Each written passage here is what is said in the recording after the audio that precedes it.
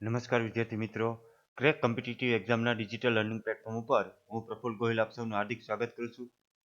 વિદ્યાર્થી મિત્રો, પોલીસ ભરતી માટે આપણે સ્પેશિયલ ખાકી સિરીઝ શરૂ કરેલી છે. તેમાં ભાગ 1 થી 3 માં આપણે ભારતના બંધારણના અગત્યના પ્રશ્નોની ચર્ચા કરેલી હતી. તે જ સિરીઝના અનુસંધાને આગળના ભાગ 4 માં આપણે બીજા અગત્યના 50 બંધારણના પ્રશ્નો છે તેમની ચર્ચા કરશું.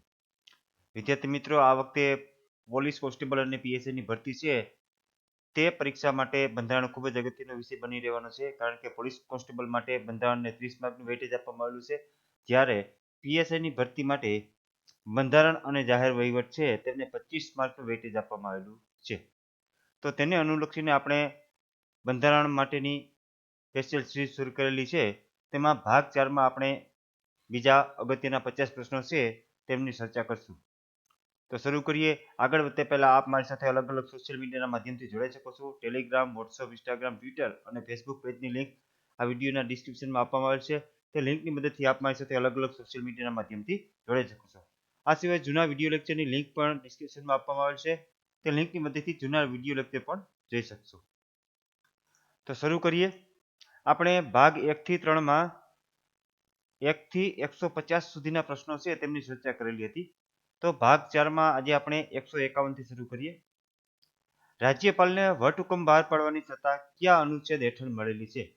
તો આપણા બંધારણના આર્ટિકલ 213 અનુસાર રાજ્યપાલને વટહુકમ બહાર પાડવાની સત્તા મળેલી છે.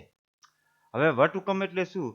તો જ્યારે કોઈ રાજ્યની વિધાનસભાનું સત્ર ચાલુ ન હોય ત્યારે અચાનક જ કાયદો બનાવવાની જરૂર પડે તો રાજ્યપાલ છે તે વટહુકમ બહાર પાડે છે. આટલા વટહુકમ છે તે કાયદા જેવું જ કામ કરે છે. પ્રશ્ન નંબર 152. સંસદની 2 બેઠકો વચ્ચેનો સમયગાળો કેટલો હોય છે?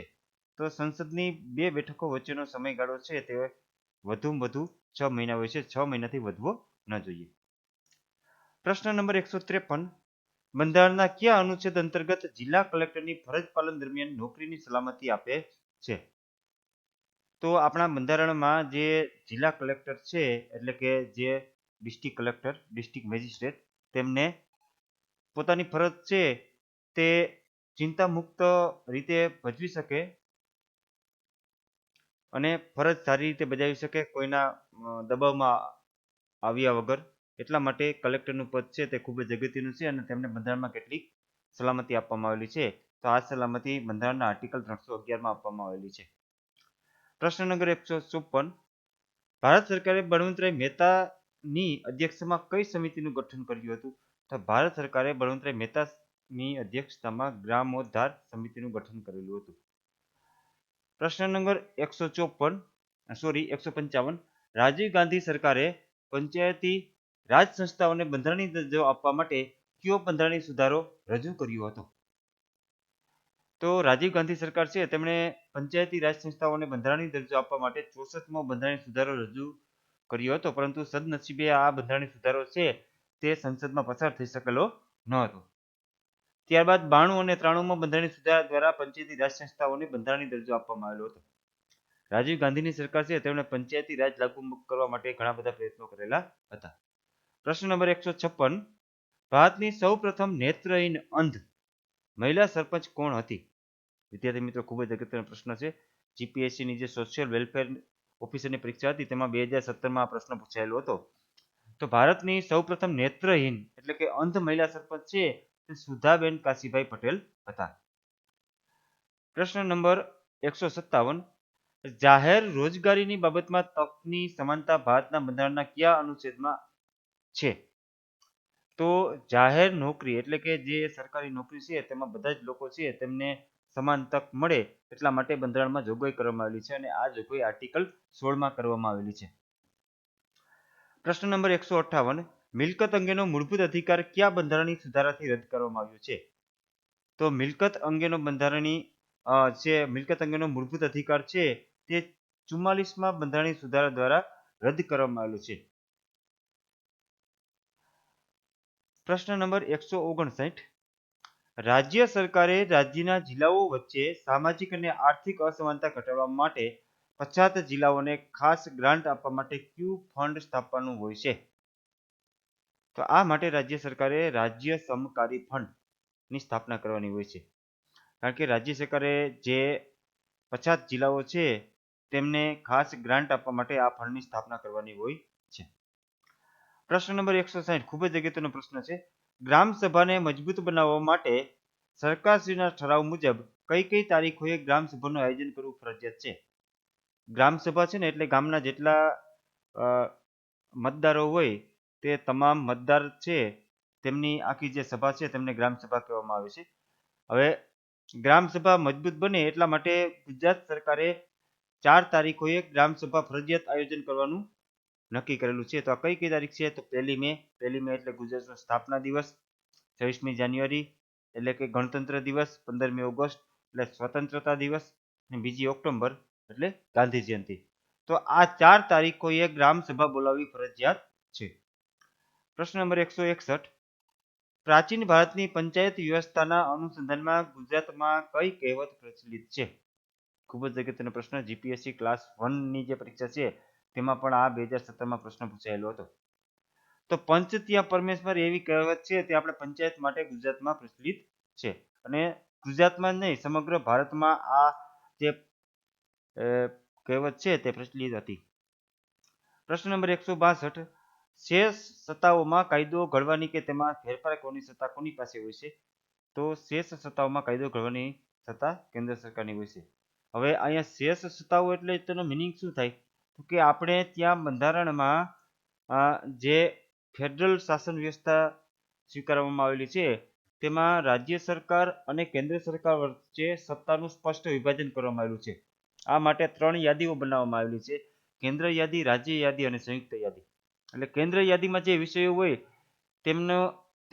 તે વિષય ઉપર કાયદો બનાવવાની સત્તા કેન્દ્ર સરકાર પાસે હોય છે. રાજ્ય યાદીના વિષયો ઉપર કાયદો બનાવવાની સત્તા રાજ્ય સરકાર પાસે હોય છે અને સંયુક્ત યાદીના વિષયો ઉપર કાયદો બનાવવાની સત્તા કેન્દ્ર સરકાર અને રાજ્ય સરકાર બંને પાસે હોય છે.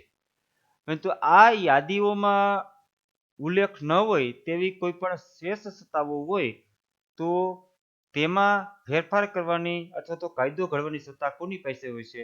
તો આ સત્તા કેન્દ્ર સરકાર પાસે હોય છે. પ્રશ્ન નંબર 163 ભારતમાં જિલ્લા લોકલ બોર્ડની રચના કયા ગવર્નરે કરી હતી? તો લોર્ડ મેયોના સમયમાં જિલ્લા લોકલ બોર્ડની રચના કરવામાં આવેલી હતી. પ્રશ્ન નંબર 164 રાજ્ય સમકારી ફંડમાંથી અનુદાન મંજૂર કરવાની સત્તા કોને હોય છે? તો અનુદાન મંજૂર કરવાની સત્તા વિકાસ કમિશનરને હોય છે. પણ શેમાંથી? રાજ્ય સમકારી ફંડ. એટલે આ રાજ્ય સમકારી ફંડ એટલે શું? તો કે જે રાજ્યના જિલ્લા છે તે જિલ્લાઓ વચ્ચે અસમાનતા ઘટાડવા માટે આ રાજ્ય સમકારી ફંડ છે તેમની રચના કરવામાં આવે છે અને તેમાંથી અનુદાન એટલે કે ગ્રાન્ટ મંજૂર કરવાની સત્તા કોની પાસે હોય છે? તો વિકાસ કમિશનર પાસે. પ્રશ્ન નંબર 165 મહત્તમ કેટલી વસ્તી સુધી ગ્રામ પંચાયતની રચના થઈ શકે? તો મહત્તમ 25,000 સુધીની વસ્તી હોય ત્યાં સુધી ગ્રામ પંચાયતની રચના થઈ શકે. 25,000 થી વધારે વસ્તી હોય તો ત્યાં નગરપાલિકાની રચના કરવી ફરજિયાત હોય છે. પ્રશ્ન નંબર 167 ઉપરાષ્ટ્રપતિને હોદ્દા પરથી દૂર કરવા માટેનો ઠરાવ કયા ગૃહમાં રજૂ કરવામાં આવે છે? તો ઉપરાષ્ટ્રપતિને હોદ્દા પરથી દૂર કરવા માટે રાજ્યસભામાં ઠરાવ પસાર કરવામાં આવે છે. કારણ કે ઉપરાષ્ટ્રપતિ હોદ્દાની રૂએ રાજ્યસભાના ચેરમેન હોય છે. પ્રશ્ન નંબર 167 ગુજરાત રાજ્યની સ્થાપના બાદ ઉત્સાહપૂર્વક ક્યારથી પંચાયતી રાજ વ્યવસ્થાનો અમલ કરવામાં આવ્યો? તો આપણે ગુજરાત રાજ્યમાં 1 એપ્રિલ 1963 થી પંચાયતી રાજ સંસ્થાનો અમલ કરવામાં આવ્યો હતો. પ્રશ્ન નંબર 168 જિલ્લા પંચાયતની કારોબારી સત્તા કોની પાસે હોય છે? તો જિલ્લા પંચાયતની કારોબારી સત્તા છે તે જિલ્લા વિકાસ અધિકારી પાસે હોય છે, જેને આપણે ડિસ્ટ્રિક્ટ ડેવલપમેન્ટ ઓફિસર એટલે કે ડીડીઓ તરીકે ઓળખીએ છીએ. આ પ્રશ્ન ખૂબ જ અગત્યનો છે. નાયબ ચીફ પરીક્ષામાં 2015માં આ પ્રશ્ન પૂછાયેલો હતો. પ્રશ્ન નંબર 169 પંચાયતોની સત્તા, અધિકારો અને જવાબદારીઓ બંધારણના કયા અનુચ્છેદમાં નક્કી કરવામાં આવેલ છે? તો આપણા બંધારણમાં આર્ટિકલ 243G અંતર્ગત પંચાયતને જે સત્તાઓ અને અધિકારો આપવામાં આવેલા છે તેમનું વર્ણન કરવામાં આવેલું છે.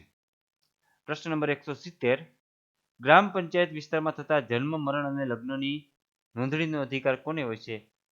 તો ગ્રામ પંચાયત વિસ્તારમાં જે જન્મ અથવા મરણ થાય અથવા તો લગ્ન થાય તેમની નોંધણીનો અધિકાર તલાટી કમ મંત્રી પાસે હોય છે, જેને ગ્રામ પંચાયત સેક્રેટરી તરીકે પણ ઓળખવામાં આવે છે. પ્રશ્ન નંબર 171. 73માં બંધારણીય સુધારાથી દેશમાં સૌપ્રથમ કોને માટે રાજકીય અનામત પ્રથા શરૂ થઈ હતી? તો 73માં બંધારણીય સુધારા દ્વારા સૌપ્રથમ મહિલાઓ માટે રાજકીય અનામત પ્રથાની શરૂઆત થયેલી હતી. ગ્રામ પંચાયતની રચના માટે ગામની ઓછામાં ઓછી કેટલી વસ્તી હોવી જોઈએ? તો ગામની ઓછામાં ઓછી વસ્તી 500 હોવી જોઈએ. પ્રશ્ન નંબર 173. કેટલા દિવસની નોટિસ આપીને લોકસભાના સભ્યો સ્પીકરને હોદ્દા પરથી દૂર કરી શકે છે? તો 14 દિવસની નોટિસ આપીને લોકસભાના સભ્યો જે સ્પીકર છે એટલે કે લોકસભાના અધ્યક્ષ છે તેમને હોદ્દા ઉપરથી દૂર કરી શકે છે. પ્રશ્ન નંબર 174. પંચાયતી રાજ સંસ્થાઓને મૂળ વગરના ઘાસ સાથે કઈ સમિતિએ સરખાવી હતી? તો આવું કહેનાર સમિતિ હતી GVK રાવ સમિતિ.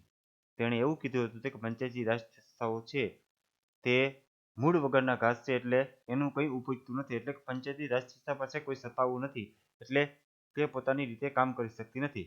આવું GVK રાવ સમિતિએ કહેલું હતું. પ્રશ્ન નંબર 175. ગ્રામ પંચાયતોની સ્થાપના માટે રાજ્ય પગલાં ભરશે તેવું બંધારણના કયા અનુચ્છેદમાં દર્શાવવામાં આવેલું છે? તો આ આર્ટિકલ 40માં એવું દર્શાવવામાં આવેલું છે કે ગ્રામ પંચાયતની સ્થાપના માટે રાજ્ય સરકાર રાજ્ય પગલાં ભરશે. રાજ્યનો મતલબ છે કેન્દ્ર સરકાર. હવે આ જે આર્ટિકલ 40 છે ને તે આપણા રાજનીતિના માર્ગદર્શક સિદ્ધાંતો છે આર્ટિકલ 36 થી 51 સુધીના તેમાં આપવામાં આવેલું છે. રાજનીતિના માર્ગદર્શક સિદ્ધાંતોમાં જ ગ્રામ પંચાયતની સ્થાપના માટે રાજ્ય સરકાર પગલાં ભરશે તેવું બંધારણમાં જણાવવામાં આવેલું છે. પ્રશ્ન નંબર 176. ભારતના બંધારણમાં કયા અંગને સ્વતંત્ર રાખવામાં આવેલું છે? તો ન્યાયતંત્ર છે એટલે કે જ્યુડિશરી છે તેમને સ્વતંત્ર રાખવામાં આવેલું છે.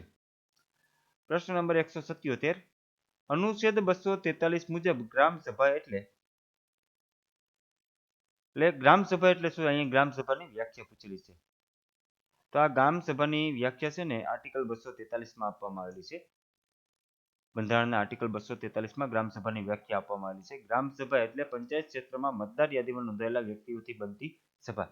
એટલે કે કોઈ પણ પંચાયત હોય તે પંચાયતના ક્ષેત્રમાં મતદાર યાદીમાં જેટલા નોંધાયેલા વ્યક્તિઓ હોય તેનાથી બનતી જે સભા છે તેને ગ્રામ સભા તરીકે ઓળખવામાં આવે છે. પ્રશ્ન નંબર 178. કયા રાજ્ય અથવા કેન્દ્ર શાસિત પ્રદેશોમાં પંચાયત ધારો લાગુ પડતો નથી? તો આપણે ત્યાં કેટલાક એવા પ્રદેશો છે કે જ્યાં પંચાયત ધારો લાગુ પડતો નથી. તેવા રાજ્યો છે નાગાલેન્ડ, મેઘાલય, મિઝોરમ અને દિલ્હી સિવાયના તમામ કેન્દ્ર શાસિત પ્રદેશો છે ત્યાં પંચાયત ધારો લાગુ પડતો નથી. પ્રશ્ન નંબર 179. વિધાનસભાના કોઈ સભ્યની ફોજદારી ગુનામાં ધરપકડ કરવામાં આવે તો તેની જાણ કોને કરવાની રહે છે? તો વિધાનસભાના સભ્ય છે તેમની ફોજદારી ગુનામાં ધરપકડ કરવામાં આવે તો તેની જાણ વિધાનસભાના અધ્યક્ષને કરવાની હોય છે. પ્રશ્ન નંબર 180. માનવ અધિકાર દિવસ ક્યારે ઉજવવામાં આવે છે? તો માનવ અધિકાર દિવસ છે તે 10 ડિસેમ્બરના રોજ ઉજવવામાં આવે છે. પ્રશ્ન નંબર 181. પંચાયતી રાજના પ્રણેતા બળવંતરાય મહેતાનું અવસાન કેવી રીતે થયું હતું? તો બળવંતરાય મહેતા છે તેઓ પંચાયતી રાજના પ્રણેતા હતા અને આપણા ગુજરાતના મુખ્યમંત્રી પણ રહી ચૂકેલા હતા અને તેમનું વિમાન દુર્ઘટનાને કારણે અવસાન થયેલું હતું. પ્રશ્ન નંબર 182. સંસદની કાર્યવાહી અંગે કોઈ ન્યાયાલય તપાસ કરી શકશે નહીં તેવી જોગવાઈ બંધારણના કયા આર્ટિકલમાં આપવામાં આવેલ છે? આવી જોગવાઈ બંધારણના આર્ટિકલ 122માં આપવામાં આવેલી છે કે સંસદમાં જે કાર્યવાહી થયેલી હોય, સંસદમાં કોઈ સંસદ સભ્યો છે તેમણે જે રજૂઆત કરેલી હોય અથવા તો બીજી કોઈ પણ કાર્યવાહી થયેલી હોય તો તેમની તપાસ કોઈ પણ ન્યાયાલયમાં થઈ શકશે નહીં અથવા તો કોઈ ન્યાયાલય કરી શકશે પણ નહીં. પ્રશ્ન નંબર 183. મૂળભૂત ફરજોની જોગવાઈ કોને લાગુ પડે છે? મૂળભૂત ફરજો જે આપણા બંધારણમાં આર્ટિકલ 51 અંતર્ગત આપવામાં આવેલી છે તે ભારતના દરેક નાગરિકને લાગુ પડે છે. પ્રશ્ન નંબર 184. લોકસભામાં નાણાકીય ખરડો રજૂ કરવા માટે કોની પૂર્વ મંજૂરીની જરૂરી હોય છે? તો લોકસભામાં નાણાકીય ખરડો રજૂ કરવો હોય તો સૌપ્રથમ રાષ્ટ્રપતિની મંજૂરી લેવી પડે છે. રાષ્ટ્રપતિની મંજૂરી બાદ જ નાણાકીય ખરડો છે તે રજૂ કરી શકાય છે. નાણાકીય ખરડો છે તે લોકસભામાં જ રજૂ કરી શકાય છે, રાજ્યસભામાં રજૂ કરી શકાતો નથી. પ્રશ્ન નંબર 185. એક જ વ્યક્તિની બે કે તેથી વધારે રાજ્યોમાં રાજ્યપાલ તરીકે નિમણૂકની જોગવાઈ કયા બંધારણીય સુધારા દ્વારા દાખલ કરવામાં આવી છે?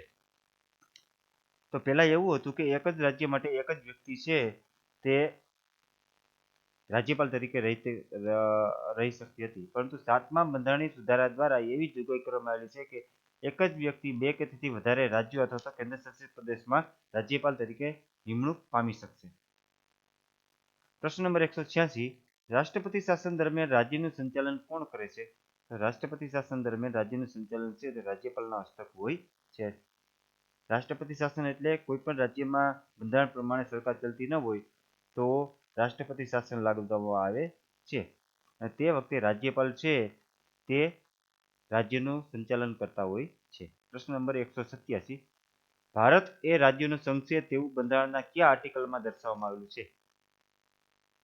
તો ભારત એ રાજ્યોનો સંઘ છે તેવું આપણા બંધારણના આર્ટિકલ 1માં જ આપવામાં આવેલું છે.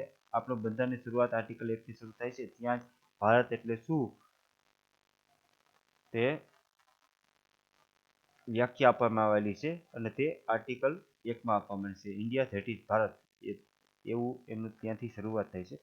Shall be A confederation of state, એટલે કે ભારત એ રાજ્યોનો સંઘ હશે તેવું આર્ટિકલ 1માં જણાવવામાં આવેલું છે. પ્રશ્ન નંબર 188, પંચાયતી રાજ વ્યવસ્થાના વહીવટી વડા કોણ હોય છે? તો પંચાયતી રાજ વ્યવસ્થાના રાજ્ય સ્તરે વહીવટી વડા છે તે વિકાસ કમિશનર હોય છે. પ્રશ્ન નંબર 189, ગ્રામ પંચાયત અને ગ્રામ સભા વચ્ચેનો સંબંધ પ્રધાનમંડળ અને વિધાનસભા જેવો છે. આ વિધાન કોણે કહ્યું હતું? આવું વિધાન છે તે જયપ્રકાશ નારાયણે કરેલું હતું. પ્રશ્ન નંબર 190, ભારતમાં સામુદાયિક વિકાસ કાર્યક્રમ ક્યારે શરૂ કરવામાં આવ્યો હતો? તો ભારતમાં સામુદાયિક વિકાસ કાર્યક્રમ છે તે 1952માં શરૂ કરવામાં આવેલો હતો. પ્રશ્ન નંબર 191, ગુજરાતના પ્રથમ નાણાં પંચના અધ્યક્ષ કોણ હતા? તો ગુજરાતના સૌપ્રથમ નાણાં પંચના અધ્યક્ષ છે તે જસવંત મહેતા હતા. પ્રશ્ન નંબર 192, સર્વોચ્ચ અદાલતને એટલે કે સુપ્રીમ કોર્ટને બીજા કયા નામથી ઓળખવામાં આવે છે? તો સર્વોચ્ચ અદાલતને નજીરી અદાલત તરીકે પણ ઓળખવામાં આવે છે. નજીરી અદાલત એટલે કોર્ટ ઓફ રેકોર્ડ. પ્રશ્ન નંબર 193, જૂથ ગ્રામ પંચાયતમાંથી 2 અલગ ગ્રામ પંચાયતો બનાવવી હોય તો કેટલી વસ્તી હોવી અનિવાર્ય છે? એટલે કે કોઈ પણ 2 નાના ગામ હોય અને તેના ભેગા કરીને એક જૂથ ગ્રામ પંચાયત બનાવવામાં આવેલી હોય, અને તેમાંથી જો અલગ ગ્રામ પંચાયતની રચના કરવાની હોય તો તે ગામમાં ઓછામાં ઓછી કેટલી વસ્તી હોવી જોઈએ? તો તેના માટે 1000ની વસ્તી છે તે હોવી જરૂરી છે.